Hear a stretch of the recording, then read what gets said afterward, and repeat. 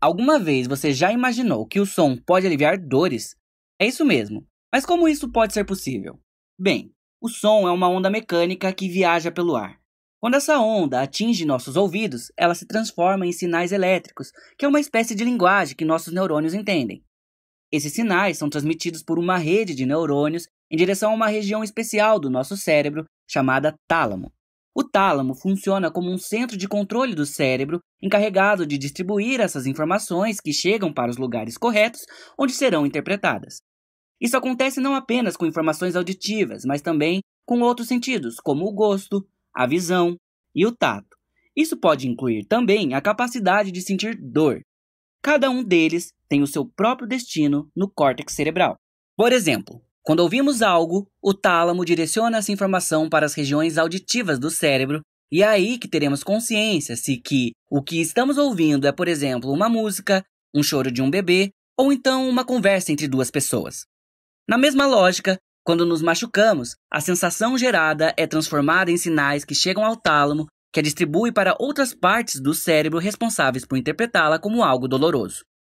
Agora, o mais interessante. Um estudo publicado na Science em julho de 2022 concluiu que as vias auditivas e da dor estão conectadas, ou seja, o córtex auditivo, aquela parte do cérebro que lida com os sons, está ligada ao tálamo em regiões que fazem o processamento da dor.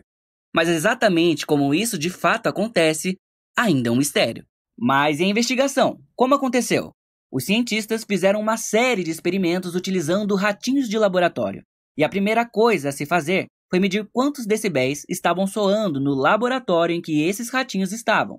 Ou seja, quanto de barulho já existia naturalmente naquele ambiente. Depois disso, eles usaram músicas e ruídos com volumes um pouco acima do barulho ambiente. Então, se o ambiente estava em 45 decibéis, eles colocaram músicas ou ruídos a 50, 60 ou até 70 decibéis. E a ideia era observar como os ratinhos reagiam à dor com essas diferenças de volume.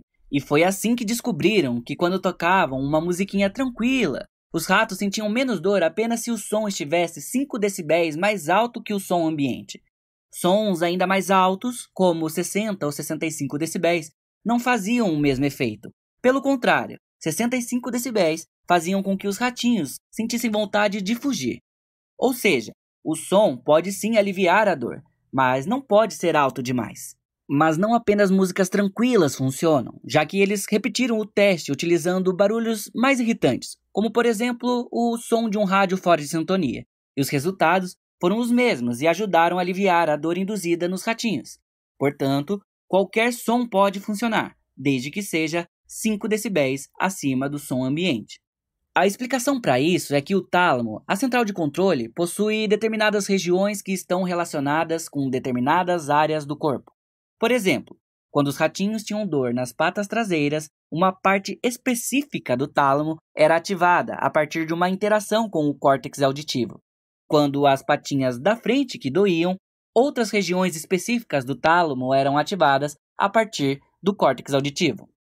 Isso mostra que o tálamo sabe exatamente onde dói. Então, para concluir, quando usaram o som de 5 decibéis acima do som ambiente, eles viram que a interação do córtex auditivo com as regiões específicas do tálamo era inibida. E aí, claro, os ratinhos sentiram menos dor. Incrível, né? Apesar de muito curioso, muitas pessoas já ficaram sabendo desse poder do som e a técnica já é amplamente difundida em locais como consultórios odontológicos, estúdios de tatuagens e hospitais, para ajudar as pessoas a passarem por momentos de dor de forma mais tranquila.